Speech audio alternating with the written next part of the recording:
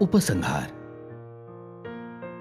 सन 1857 के स्वतंत्रता संग्राम में हमारी हार हुई, लेकिन उस संग्राम में किया गया बलिदान विफल न ठहरा। युद्ध में जीत पाने पर भी ब्रिटेन ने दहशत खाई थी। ईस्ट इंडिया कंपनी की सत्ता अब रानी के हाथ चली गई। रानी घोषणा पत्र जारी करते हुए बहुत सारे आश्वासन देने को बाध्य हुई। भारतीय असंतोष को बाहरी रास्ता खुलकर देने हेतु भारतीय राष्ट्रीय कांग्रेस की स्थापना अंग्रेजों ने ही की। इस युद्ध में जो हुतात्मा हुए, उनसे प्रेरणा पाकर क्रांति संग्राम अगले 90 वर्ष जारी रहा। कितने सारे क्रांतिकारियों ने अंग्रेजी साम्राज्य के विरुद्ध शंख फूंका। सन 1908 में ही स्वातंत्र्यवीर सावरकर जी ने प्रबंध सादर किया, जूझें बगैर आजादी कैसे। हिंदी सेना में जब देश भावना प्रज्वलित हो उठेगी, तभी देश स्वाधीन होगा। पहले विश्व युद्ध की अवधि में रचा हुआ गदर विद्रोह उसी तरह दूसरे विश्व युद्ध के दौरान रासबिहारी बोस और सुभाष चंद्र बाबू ने तैयार की हुई आजाद हिंद सेना और विश्व युद्ध की समाप्ति के पश्चात मुंबई में नाविक दल बंदरगाह में हुआ नाविकों का विद्रोह, ये घटनाएं स्वातंत्र्यवीर सावरकर जी के प्रबंध की सत्यता के, उनके दृष्टा होने के प्रमाण हैं।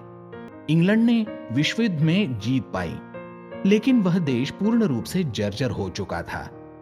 दिनांक 15 मार्च 1946 को ब्रिटेन के नए प्रधानमंत्री लिबरल दल के नेता एटली ने ब्रिटिश पार्लियामेंट में भारतीय स्वतंत्रता का प्रस्ताव रखा। काफी दुखी मन से और लाइलाज होने से स्वतंत्रता का भाव भारतीय जनता के सभी स्तरों में पहुंच चुका है। इतना ही नहीं तो इस विश्व युद्ध में जिन्होंने अनुपम शूरता दिखाई, उन भारतीय सैनिकों में भी वह काफी अच्छे पैमाने पर फैला हुआ है।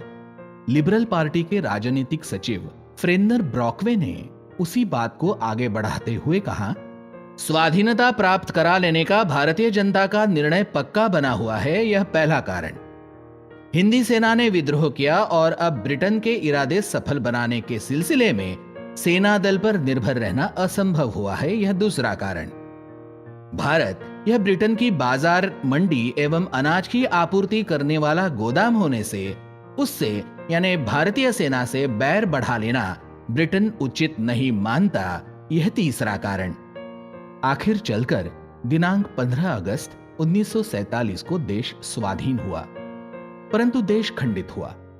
विभाजन के संधि काल में पाकिस्तानी गुंडों ने लाखों बेगुनाह स्त्री पुरुषों को कत्ल किया। स्वाधीनता प्राप्ति के हर्ष में हमने उसे अनदेखा किया। फिर भी इसके माने यह नहीं कि इस देश की स्वाधीनता हेतु जिन्होंने अपने प्राणों की बलि चढ़ाई, उन्हें हम भूले हैं। अंग्रेज देश में से चले गए, भारतीयों की सरकार देश का शासन चला रही है, लेकिन क्या हम सचमुच स्वाधीन हुए हैं? क्या हुतात्माओं का सपना सचमुच साकार हुआ है? यह दैवी राष्ट्र जब परम वैभव प्राप्त करेगा, तभी वे हुतात्मा स्वर्ग में संतोष पाएंगे, कृतकृत्य होंगे।